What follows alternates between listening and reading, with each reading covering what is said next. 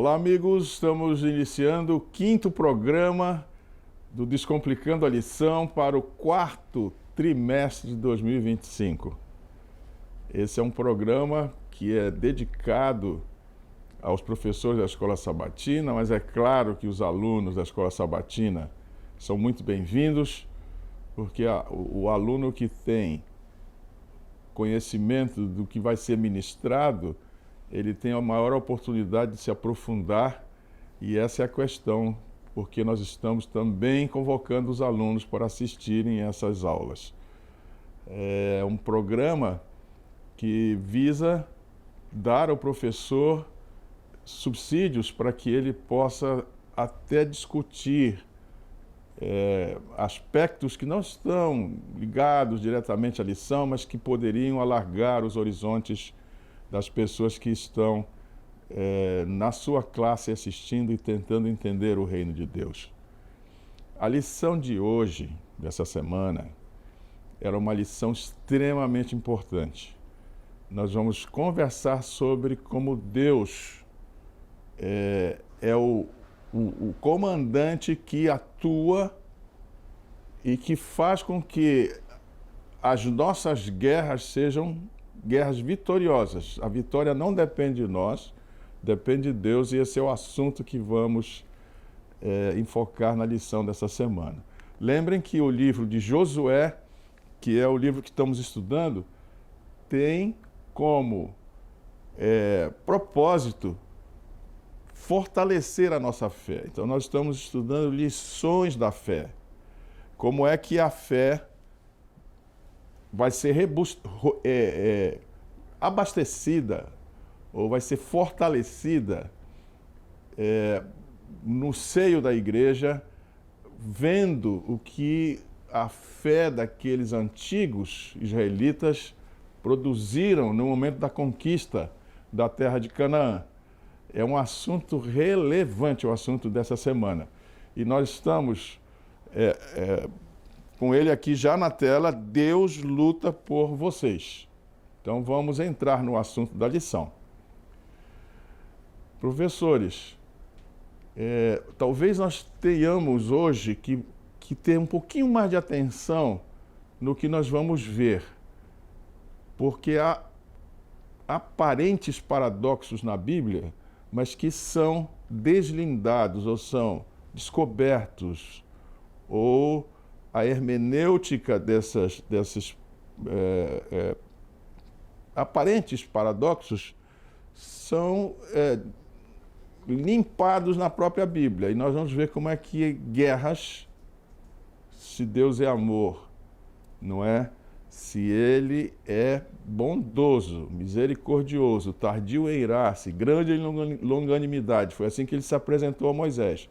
Como é que guerras podem ser parte do plano de Deus para conquistar o mundo? É um aparente paradoxo que nós vamos discutir hoje. Portanto, venham com atenção, talvez atenção até mais redobrada do que em outras lições. Então, Deus luta por vocês. O verso para memorizar: e de uma vez tomou Josué todos esses reis e suas terras, porque o Senhor, Deus de Israel, pelejava por Israel. Isso é um texto que está no livro de Josué, no capítulo 10, verso 42, depois de várias lutas terem acontecido. Então, esse tema que está aqui no verso para memorizar é o que está explicado nesta figura que abre a lição. Nós vemos aqui um homem em atitude de reverência e de louvor, armas que estão jogadas no chão, mostrando que não são as armas humanas que são os garantidores da vitória, mas a nuvem gloriosa que está aqui indica a presença de Deus, e é Ele quem luta. Então, o que nós temos aqui é um reconhecimento da parte do homem de que quem garante a vitória e quem luta de fato é o próprio Deus. Essa é a figura que abre a lição. E a premissa para essa semana é um trecho do livro Patriarcas e Profetas, na página 358. Deus estava para estabelecer Israel em Canaã, desenvolver entre eles uma nação e governo que fossem uma manifestação de seu reino na terra. Essa frase que eu acabei de ler é a intenção de Deus para a sua igreja na terra.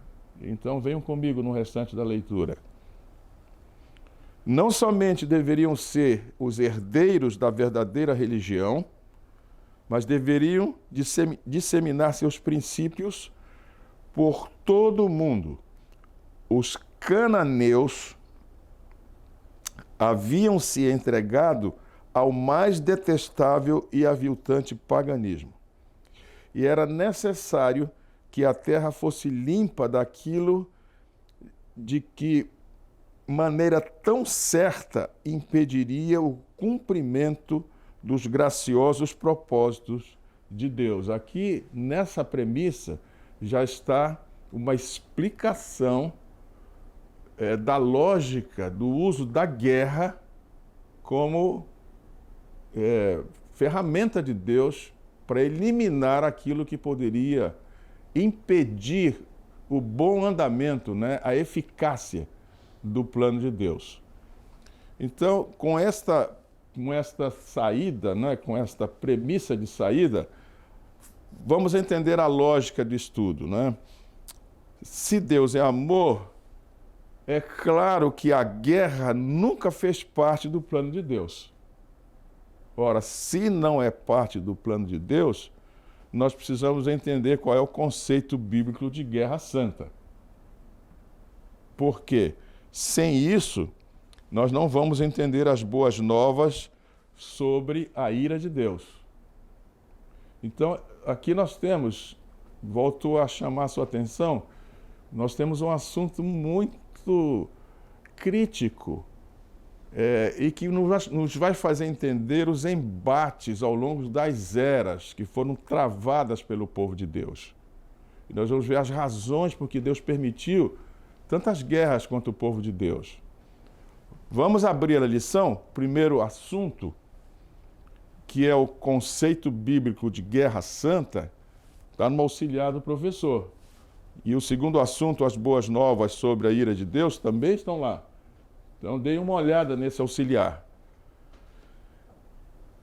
Se Deus é amor, conforme 1 João 4,8, como é que podemos entender as guerras de Israel na conquista de Canaã? Aqui vamos começar a desenvolver ou esclarecer, ia dizer a palavra, o verbo que eu usei aqui é começar a desenvolver a lógica para entender se Deus é amor, por que Ele permite utilizar guerras. Então, o propósito de Deus para Israel era que a conquista fosse sem guerras. Então vamos entender isso. O Senhor, vosso Deus, lançará fora estas nações. Então veja, não era um propósito de Deus que houvesse envolvimento físico nessa conquista. Porém, pouco a pouco, as nações iriam sendo tiradas, mas não deveria ser com a força da espada, nem com o arco. Então, o modelo de Jericó é o mais claro.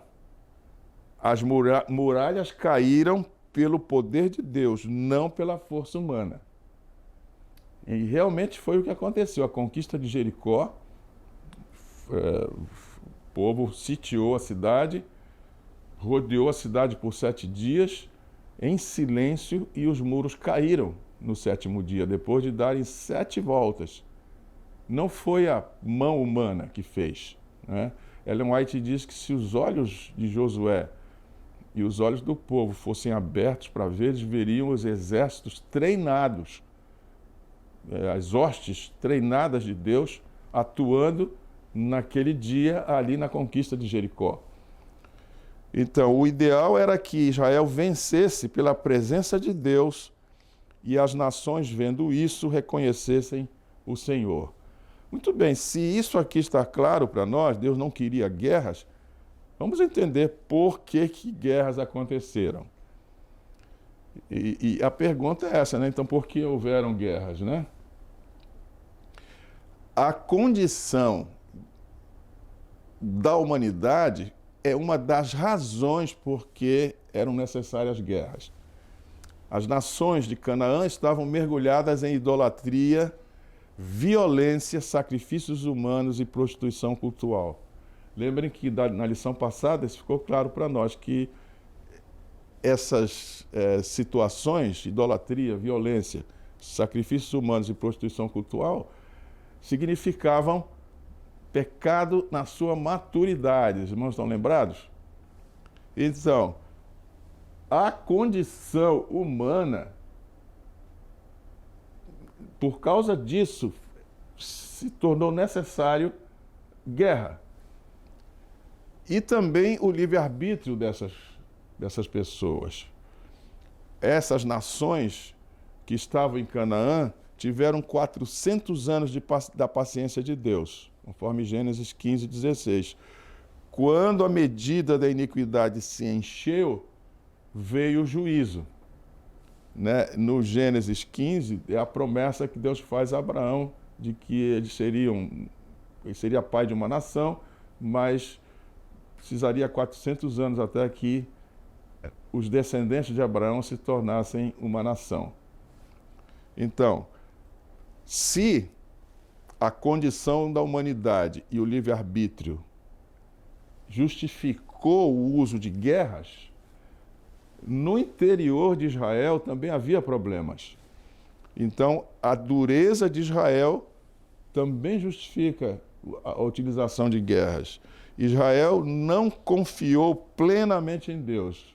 Não é verdade isso, professores? Eles reclamavam, eles tinham medo e muitas vezes só avançavam pela força. Então vejam bem como precisaram que Deus usasse desse artifício da guerra para impelir Israel. Então era um problema da humanidade, mas era um problema também do povo de Deus. Assim Deus permitiu que a conquista se desse também por meio de guerras. Então vejam aqui comigo, eu estou pedindo que venham comigo com paciência para entender direitinho isso. As guerras são uma adaptação pedagógica à dureza do coração humano. Olha aqui, professores, nós já vimos aqui o termo pedagogia, o que significa, não é? É operar ou ministrar de tal maneira que se opere uma transformação. E isto é a pedagogia. Então, Deus estava usando a guerra para poder transformar também a condição do povo de Deus. Nós vamos ver mais adiante aqui nessas transparências que serão passadas, como tem uma lógica muito forte por trás dessa questão de permitir as guerras. Em outras palavras, guerras não eram o plano perfeito de Deus, mas a forma pedagógica e judicial de lidar com um mundo endurecido. Muito importante isso. Talvez a gente tenha que gastar um tempinho aqui, nessa lição, para entender melhor isto. Então, vamos ver se o problema era o coração da humanidade. Vamos ver a condição dos cananeus, que também são chamados de amorreus. Nós já vimos isso na lição passada, que amorreus é uma outra denominação para os próprios cananeus. Então, a Bíblia mostra que a destruição dos cananeus não foi arbitrária, mas resultado de séculos de paciência de Deus. Mais adiante aqui nós vamos ver por que a destruição foi decretada. Em Gênesis 15, Deus já havia dito a Abraão que a medida da iniquidade dos amorreus ainda não estava cheia. E por isso seus descendentes só herdariam a terra após 400 anos. É interessante aqui notar uma coisa. Por que Deus estava preocupado com esses amorreus, os cananeus? Por que ele teve paciência com essa gente? É interessante isso. Eu queria lhes mostrar uma faceta que não está na lição. Os amorreus, os cananeus, na verdade, são descendentes de um dos filhos de Noé, que é Cão. Cão teve um filho que se chamava Canaã. E de Canaã teve filhos e parte da descendência de Canaã são esses cananeus. Portanto, Deus havia se preocupado com essa gente porque eles descenderam de Noé. Eles conheciam a Deus. E Deus teve uma paciência de 400 anos com eles, por causa da origem deles. Os irmãos compreendem? Não é uma coisa qualquer isso. 400 anos de paciência. É a origem. Deus tem paciência por causa da origem. Agora, durante esse período, os cananeus se aprofundaram em idolatria, se aprofundaram em imoralidade e práticas abomináveis, como sacrifícios infantis. Então, eles tiveram uma origem, sabiam o que era certo, mas se aprofundaram em coisas erradas. E o que aconteceu? A conquista de Canaã foi um juízo divino sobre uma civilização corrupta, que, embora sabendo as coisas, preferiram a corrupção. E, ao mesmo tempo, a concretização da promessa feita a Abraão. Muito bem, nós agora temos uma ideia do que era a iniquidade dos cananeus. Então, qual é a relação que há entre a destruição dos cananeus com o projeto de Deus para Israel? Agora, com a ideia que já ficou clara para nós vamos entender o seguinte: o projeto divino era formar em Israel, ou de Israel, um povo santo, sacerdote e testemunha para as nações. Esse projeto estaria seriamente prejudicado caso os cananeus permanecessem. Olha só, a origem dos cananeus, porque sabiam das coisas, eles conheciam a vontade de Deus, mas foram se desviando dela. Essa condição, esse comportamento seria contaminador de Israel. Eles poderiam provocar em Israel o mesmo comportamento por causa da origem deles. Os irmãos entendem? E olhem aqui, a contaminação espiritual. Se os cananeus coexistissem, porque eles foram se degradando mesmo sabendo da vontade de Deus, seus cultos idólatras e imorais seduziriam Israel, como de fato ocorreu quando não expulsaram totalmente os povos. Ou seja, Deus deu ordem que eles deviam expulsar todos os povos, mas os israelitas não expulsaram.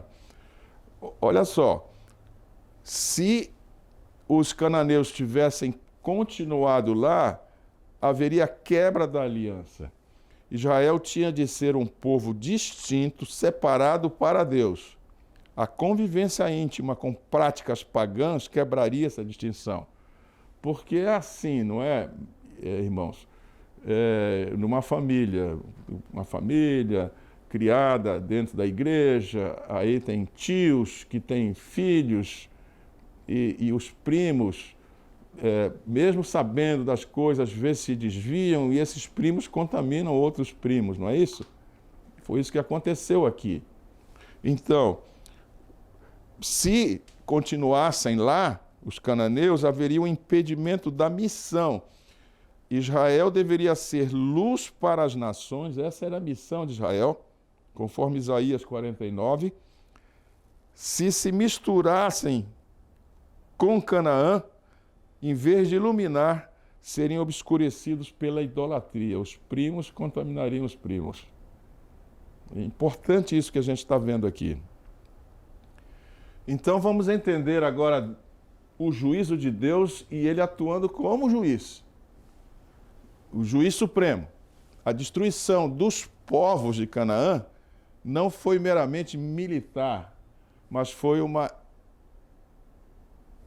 destruição teológica, ou seja, Deus queria que nós, agora, 4.000 anos depois, entendêssemos como ele, o justo juiz, age. E agora vamos tentar aprender com essa história e vendo Deus em ação como juiz. A justiça de Deus, ele demonstra que o pecado tem limites de tolerância. A guerra santa somente acontece quando Deus atua como juiz. Então vejam bem, se Deus está atuando como juiz, o fato dele ser um justo juiz vai justificar a questão da guerra. Os irmãos estão entendendo? Então, uma guerra só é justificada quando Deus atua como juiz. Está claro isso? A segunda noção do juiz supremo é que uma das características da Guerra Santa é o oferecimento de paz antes da guerra. Lembrem que Eliseu negociou com os sírios e não houve guerra. Então, se houver acordo, não há guerra. Ou seja, a Guerra Santa, ela tem uma lógica. Deus primeiro oferece paz. E depois, se não há acordo, então vem a guerra. Está claro? É o que está acontecendo na igreja, né? Deus oferece a sua graça, oferece paz, nós estamos na igreja, mas nós nos rebelamos, alguns saem da igreja e nunca mais voltam, em seguida vem o juízo, que é a guerra. Então, o juiz vai tornar possível a preservação das promessas. Vejam comigo isso aqui, a terra era parte do plano da redenção. Sem ela, Israel não teria base territorial para cumprir sua missão messiânica. Então, a justificativa da guerra era que Deus é juiz, ele julgou aquele povo, tira a terra que aquele povo estava usando e a entrega a Israel, como parte do plano da redenção. Então, isso tudo é uma tipologia do juízo final. Olha aqui, professores, a entrada em Canaã e o juízo sobre os povos são sombra do juízo final e da entrada dos salvos na nova terra, segundo Hebreus capítulo 4. Vamos resumir isso tudo. Sem o juízo sobre Canaã, o projeto de Deus estaria prejudicado, porque Israel se perderia em meio à idolatria e não haveria uma plataforma pura para a revelação do Messias e para a preservação da aliança. Então, caros professores, o juízo foi, ao mesmo tempo, ato de justiça e ato de preservação da esperança messiânica. Então, nós começamos a entender uma parte importante do grande conflito acontecendo aqui nesse episódio que está no livro de Josué, a conquista de Jericó. Muito bem. Então, qual é a aplicação disso para hoje? Assim como Israel só poderia cumprir seu papel depois do juízo sobre os cananeus, a igreja também só herdará a nova terra após o juízo final sobre o mal. Até aqui nós vimos a lógica que justifica a guerra santa. Vejam que o conceito de guerra santa na Bíblia é sempre que Deus é o juiz e ele decreta ou prolata uma sentença sobre alguém ou sobre uma nação, isso se torna guerra santa. Está claro? Muito bem. Então, nessa tela aqui, o que eu quero apresentar para os irmãos? As razões por que Deus ajuizou aquele povo, por que Deus destruiu aquele povo. Embora eles sendo descendentes de Noé, sabendo das coisas, por que Deus prolatou uma sentença fatal sobre eles? E aqui estão os motivos. Os cananeus acreditavam que os processos naturais aconteciam a partir da prática sexual dos deuses. Como é que esse povo pôde abstrair um raciocínio desse tipo vindo de Noé, descendendo de Noé? É um absurdo isso, não é? Então, como o sexo era a força mais poderosa percebida na natureza, ou seja, era capaz de gerar vida, muitos concluíram que os deuses também deveriam gerar vida por meio do sexo. Essa projeção gerou os mitos. Os deuses casam, brigam, têm relações, geram filhos divinos e até explicam fenômenos naturais como chuvas, colheitas, trovões, etc. Olha só o raciocínio, como a degradação fora, né, do ambiente de Deus, ou seja, o desligamento do Espírito de Deus vai gerando coisas completamente malucas, não é? Então, olha só, uma vez que eles acreditavam que a chuva e a fertilidade da terra e dos animais dependiam do ato sexual dos deuses, o culto passou a imitar esses atos. Surge então a lógica da magia simpática. O que era essa lógica? Se fizermos aqui embaixo, os deuses farão lá em cima. Essa é a lógica da magia simpática. Então, esse raciocínio deu origem aos cultos com orgia, prostituição cultual e ritos de fertilidade, inclusive com prostitutas sagradas ou prostitutos sagrados. E isso foi uma prática denunciada em Canaã. Tanto que Raabe era uma dessas prostitutas cultuais. Então, o que acontecia?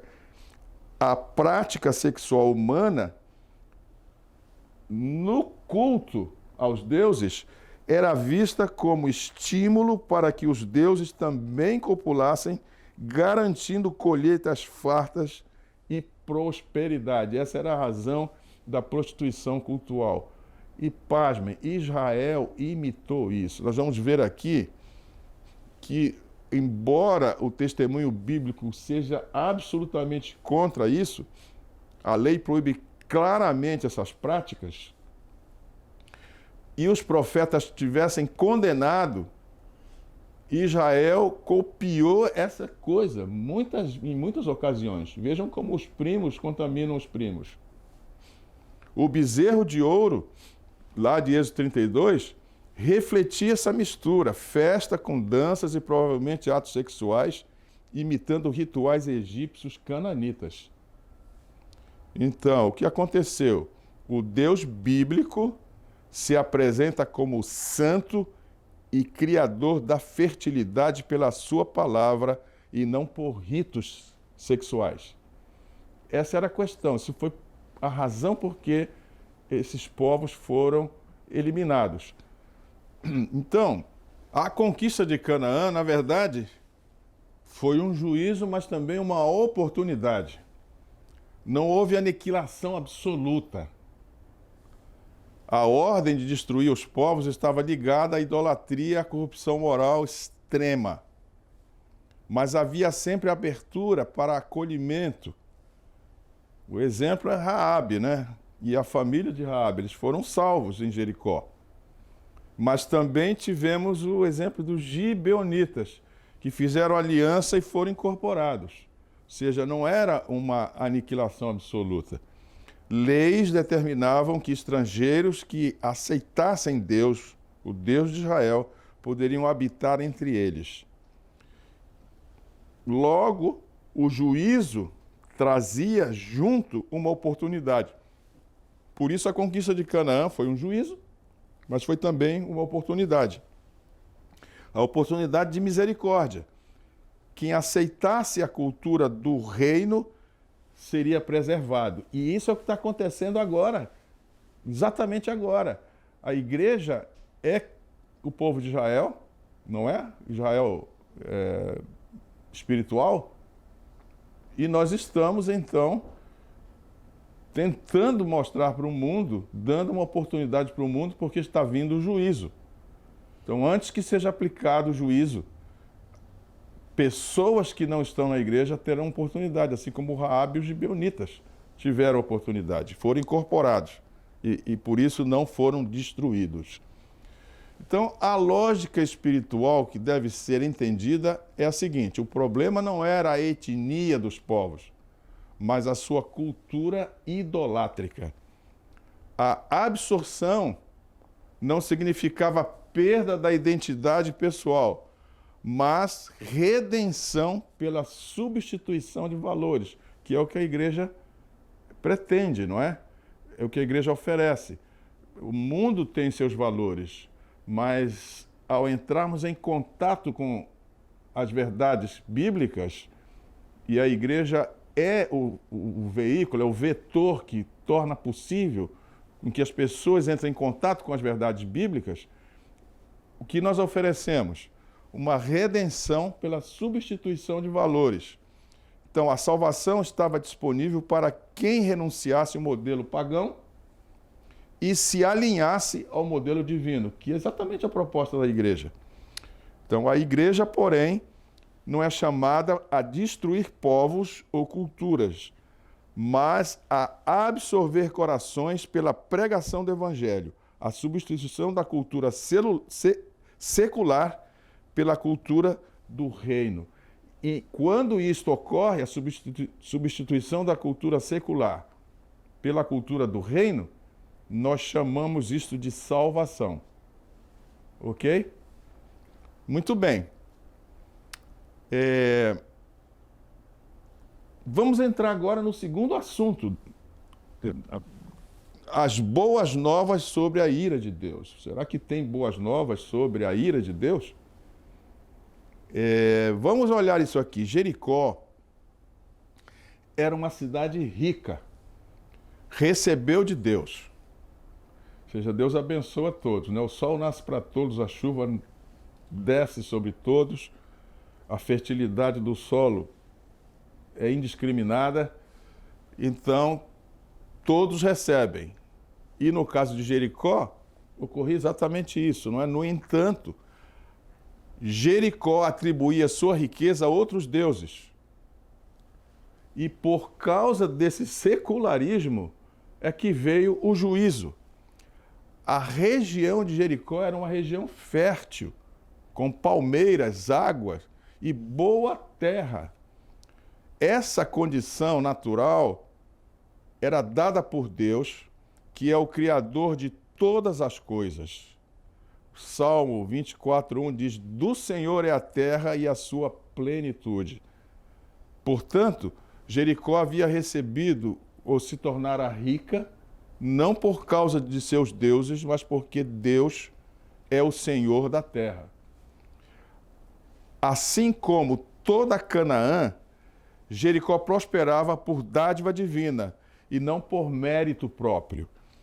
Os povos cananeus, incluindo Jericó, adoravam Baal e Azerá e outros deuses que eram deuses considerados deuses da fertilidade.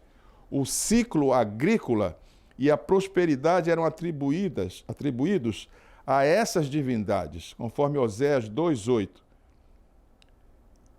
E, melhor dizendo, Oséias 2:8 adverte: ela não reconheceu que fui eu que lhe dei o trigo, o vinho e o azeite. Ou seja, eles atribuíam a prosperidade a esses deuses, e Oséias adverte, no capítulo 2, que esses povos não reconheceram que a sua riqueza vinha nas mãos de Deus. Então, o termo secularismo aqui se aplica porque a cidade dissociou suas bênçãos do verdadeiro Deus. Continuava vivendo de riquezas, poder e cultura, mas sem o reconhecimento do doador. Esse é o cerne do secularismo. 2 pontos. Usufruir dos dons de Deus, mas viver como se ele não existisse.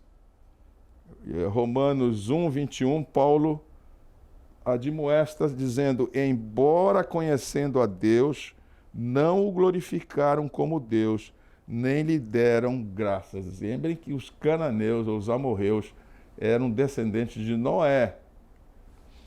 Então, o juízo sobre Jericó, está em Josué capítulo 6, foi, portanto, resposta à idolatria e ao secularismo.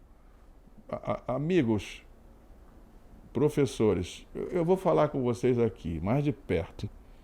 Veja se não está havendo, discuta essa questão do secularismo na sua classe, veja se não está havendo essa noção lá na sua igreja, na sua unidade, pessoas pensando que a riqueza que está na mão delas veio por causa do seu próprio esforço. Essa é uma noção que precisa ser entendida. O mundo nos diz que nós não dependemos de Deus, mas a Bíblia nos diz que nós dependemos dele. E essa é a mudança de raciocínio que precisa ocorrer. Quando ocorrer essa mudança, ocorreu salvação.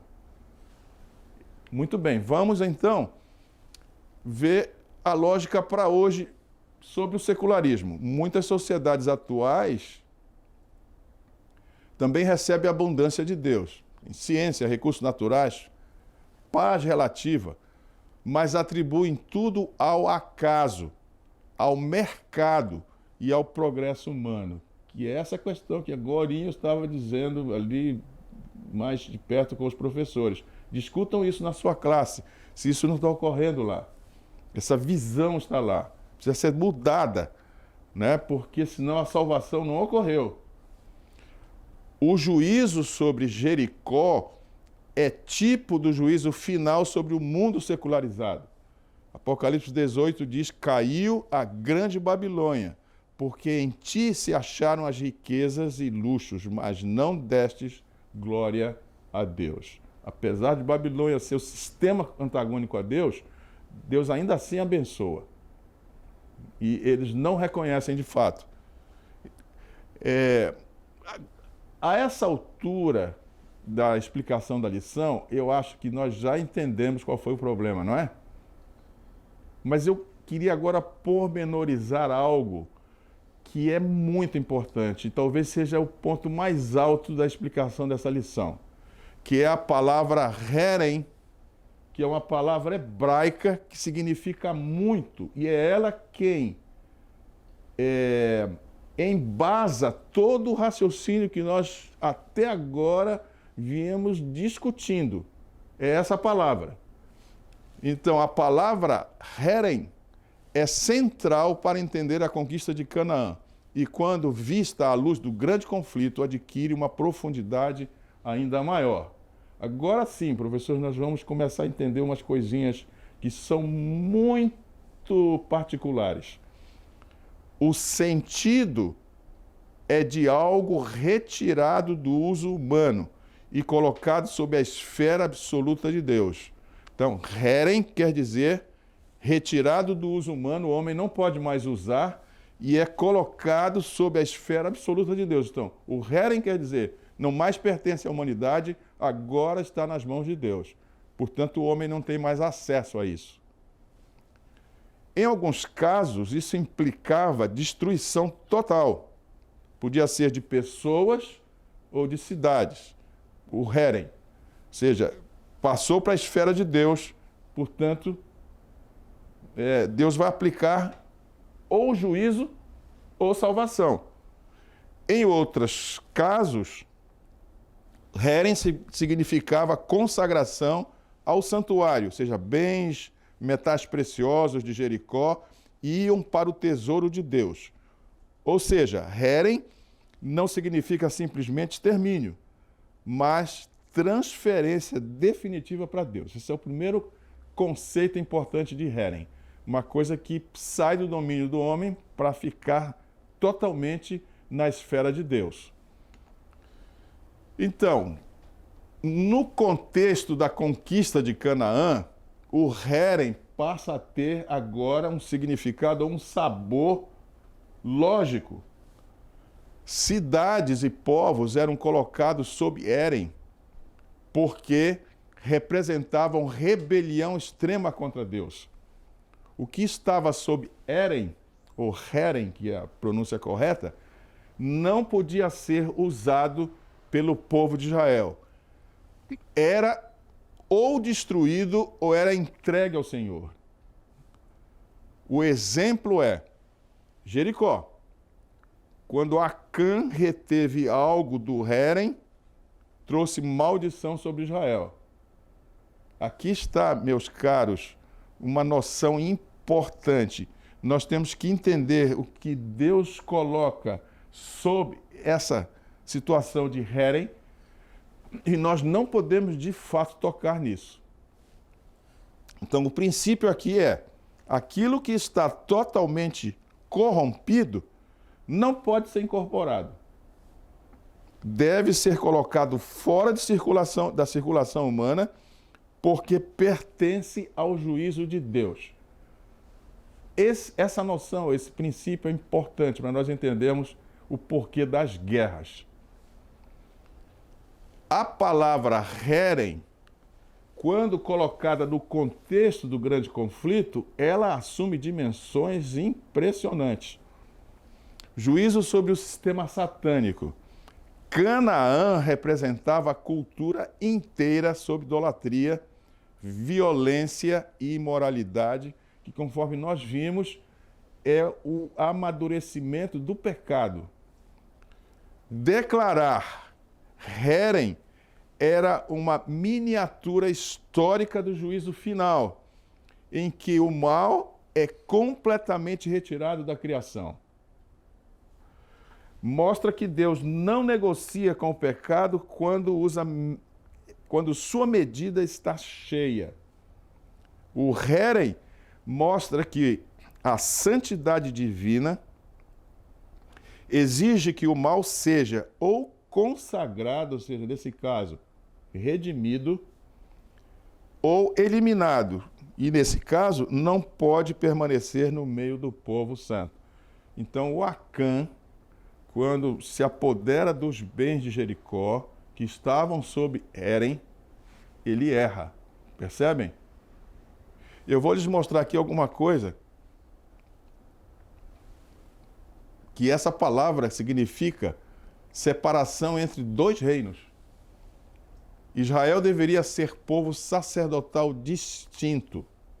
O Herem demarcava que não pode haver fusão entre o reino de Deus e o reino de Satanás. Venham comigo aqui, meus caros, devagar, porque nós estamos terminando a explicação dessa lição com esse conceito importante, muitíssimo importante. Chamo sua atenção para isso.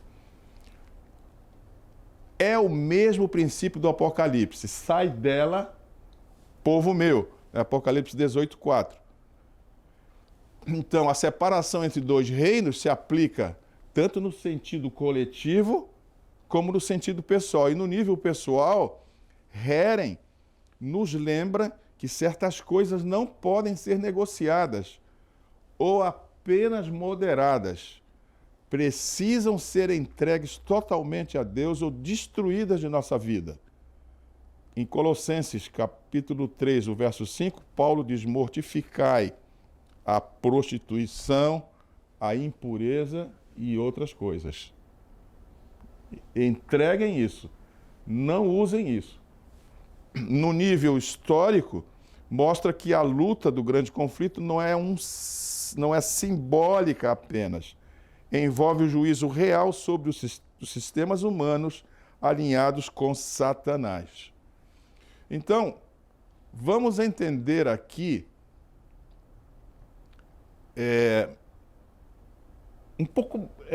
Vamos fazer um resumo, melhor dizendo, do que nós vimos sobre a palavra Eren, esse conceito. Eren significa colocado fora do uso humano e dedicado inteiramente a Deus. Ou para destruição total, quando o objeto ou o povo era irrecuperável, ou consagração ao santuário, quando os bens eram entregues ao tesouro de Deus. Está claro isso? Até aqui tudo bem, não é? Portanto, não é simplesmente extermínio. O Heren não quer dizer só extermínio. É transferência absoluta para Deus. E uma vez que foi transferida para Deus, uma vez que Ele é o juiz, reparem bem isso aqui, vai partir dele a sentença ou o uso daquilo que foi separado por Eren. Ou vai para a destruição, vai dependendo do que o juiz disser sobre, ou vai para ser usado como bens de propriedade de Deus. Esse conceito é muito crítico, meus caros. Vou lhes mostrar aqui, olha. Quando é que Deus ordena o Heren? Por exemplo, contra povos ou cidades totalmente corrompidos. No caso aqui, nós estamos vendo um exemplo, Jericó. Toda a cidade e tudo quanto nela houvesse era anátema. A palavra anátema aqui é a palavra que foi traduzida, né, do hebraico Heren para o português, mas o conceito de anátema é muito diferente do conceito de Heren. Então, ela foi Heren para o Senhor, aquela cidade. E os homens não podiam tocar em nada que estava ali. Está claro isso? Inclusive, Raabe foi separada, ela foi Heren para Deus e ela foi poupada. Nada poderia ser tomado para uso próprio, tudo devia ser destruído, exceto o ouro e prata que iam para o tesouro do Senhor.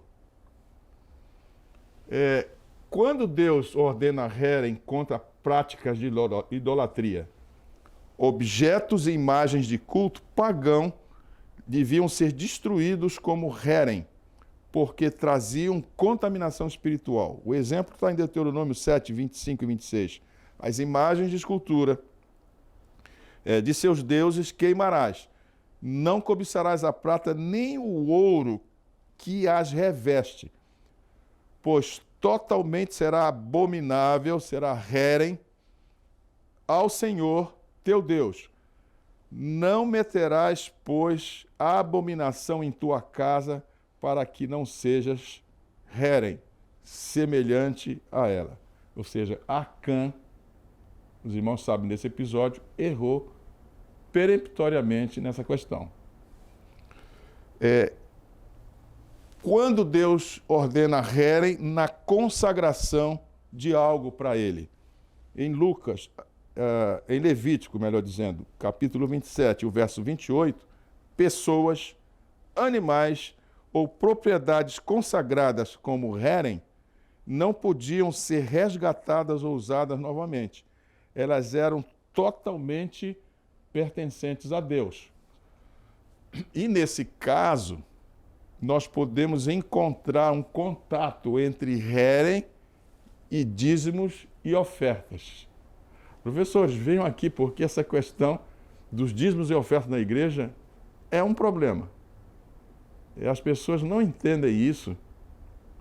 E algumas pessoas, quando saem da igreja, entram com questões na justiça para receber de volta o dízimo que elas próprias deram. Mas que nós estamos vendo aqui que não é possível isso. Certamente vem um juízo sobre essas pessoas que fizeram isso. Porque dízimo e oferta são Heren. E eu vou explicar aqui, olha. Tanto o Heren quanto dízimo e oferta compartilham a ideia de pertencer exclusivamente a Deus. O dízimo pode ser entendido como um Heren consagrado. Pertencem totalmente a Deus e não pode ser usado pelo homem.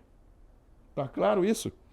A diferença é que Enquanto o Heren em guerras significava destruição do mal, o dízimo significa consagração voluntária e amorosa ao Senhor. Ambos revelam o mesmo princípio. O que é de Deus é intocável e é exclusivo. Então, o Heren mostra que há um limite na liberdade humana. Nem tudo está disponível ao arbítrio do homem. O livre-arbítrio é o dom que permite ao ser humano escolher entre dois reinos. Escolha, pois, a vida. E Josué, no capítulo 24, exorta o povo: escolham a quem vocês irão servir. Quando a escolha se cristaliza em rebelião contínua, chega o momento em que Deus declara: isto é Heren, não pode mais ser usado, reciclado ou tolerado. É um perigo isso, irmãos. Quando eu vi esse conceito diante de mim, entendi esse conceito estudando essa lição, me deu um frio na espinha, porque a gente tenta reciclar coisas sem entender direito o que a Torá está explicando para a gente sobre o que é o uso de Deus e o que não é. Né? Às vezes não tem como reciclar. E o juízo prolatando a sentença acabou. Então, o dízimo, por exemplo, é um Heren. Ele não está no campo da decisão livre de dar ou não dar, mas de obedecer ou reter o que já pertence a Deus. Então, no nível coletivo, os cananeus usaram da sua liberdade durante séculos, foram 400 anos. Mas quando a medida da iniquidade se encheu, ou seja, quando eles alcançaram o Heren, o juízo caiu. A liberdade de pecar foi respeitada, mas trouxe suas consequências. Eu vou aqui quase concluir mostrando o seguinte: o Heren mostra que o livre-arbítrio tem responsabilidade. Qual é a responsabilidade? Escolher contra Deus continuamente leva ao ponto de não retorno, que é o juiz prolata a sentença de que aquilo é Heren,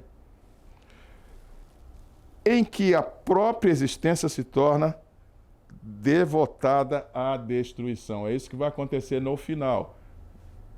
Os que aderiram à prostituição da Babilônia serão declarados Heren.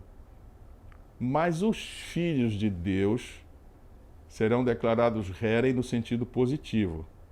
Eu tenho aqui, terminando, uma lógica sobre essa questão. Livre-arbítrio, espaço de decisão.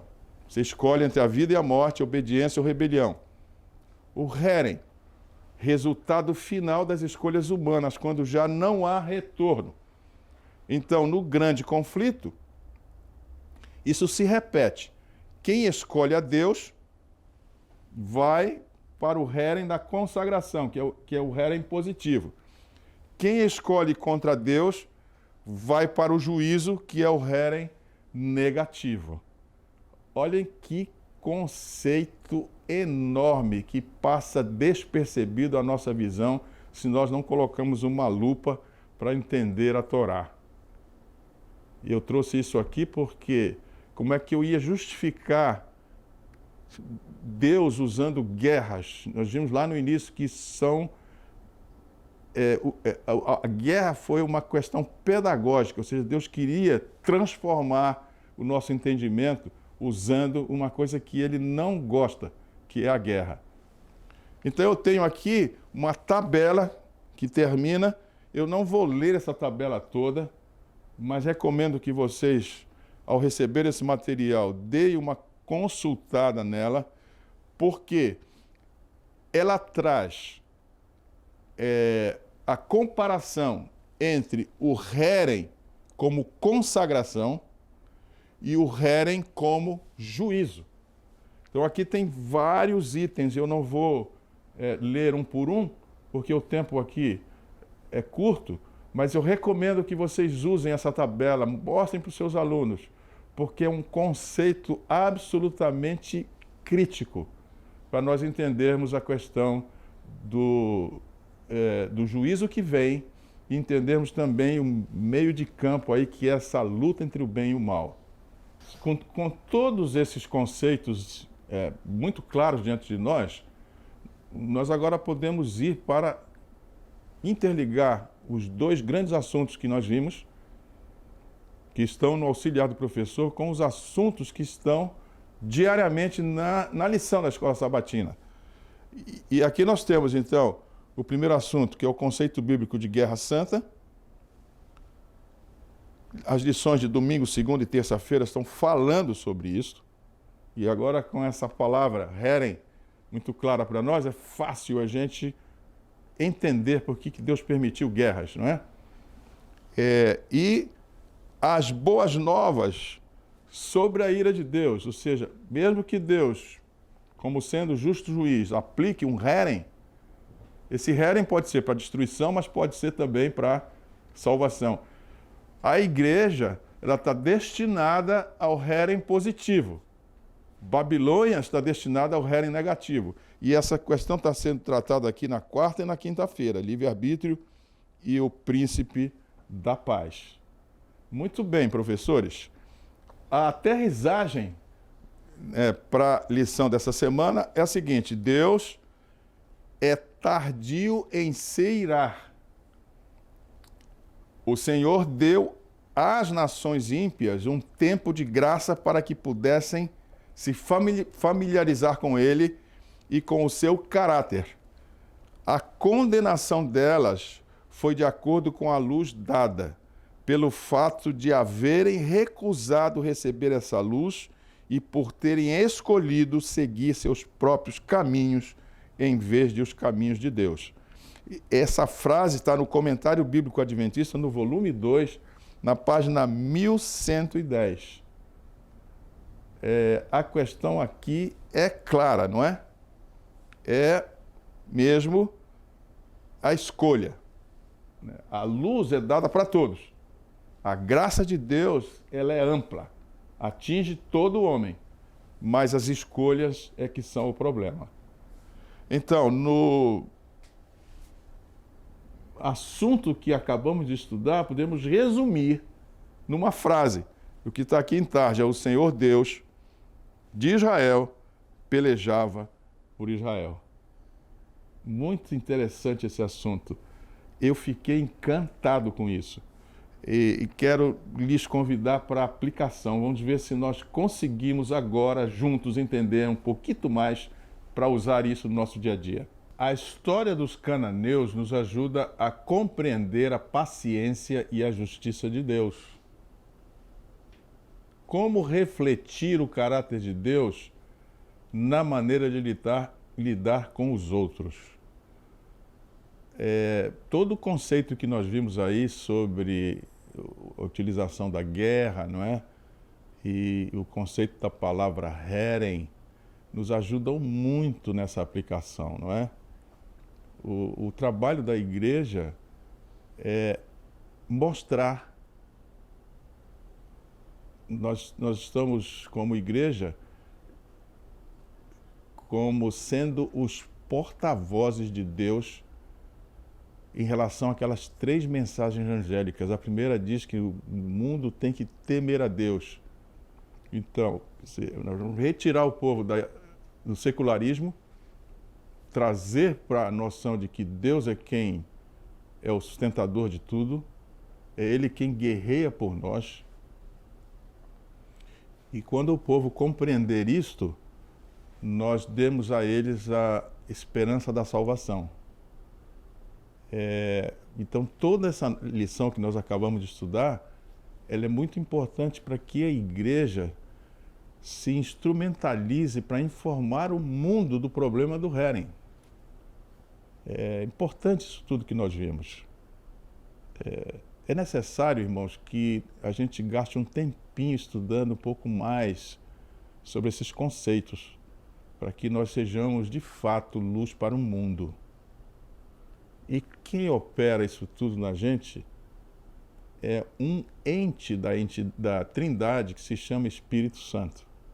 Por isso eu lhes convido para orar. Vamos orar juntos agora, para que nossa mente possa ser iluminada pelo Espírito Santo e esses conceitos todos possam ficar de tal maneira claros para que nós possamos avisar pessoas que ainda não conhecem nada dessas coisas. Vamos orar. Bondoso Deus e Pai, agradecemos muitíssimo, bom Deus, por uma lição tão esclarecedora.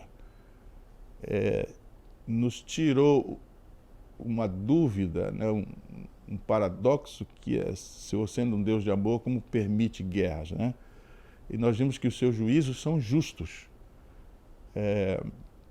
Se nós persistirmos no erro, virá juízo sobre nós.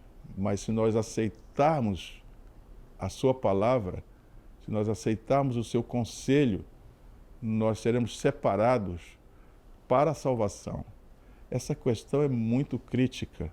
Nós oramos para que o nosso entendimento se torne cada vez mais limpo em relação a isso, de tal maneira que possamos poder ensinar isso a pessoas que ainda não conhecem. Esse é o nosso pedido, bom Deus, em nome de Jesus. Amém. Professores, eu estou muito feliz com essa lição. Eu, pessoalmente, eu adorei essa lição, adorei entender esse conceito todo que está aí, né? Principalmente a última parte, que é relativa ao Heren, ou Heren, né? Que é a pronúncia certa. Eu fiquei impressionado com isso. Eu não sei quanto a vocês, como é que vocês vão ver isso. Mas eu sabendo que eu tenho livre-arbítrio para escolher, que Deus me dá a luz para eu poder escolher, que Ele, me dando essa possibilidade, eu vou entender que Ele lutará por mim, isso para mim foi uma bênção enorme e um descanso também.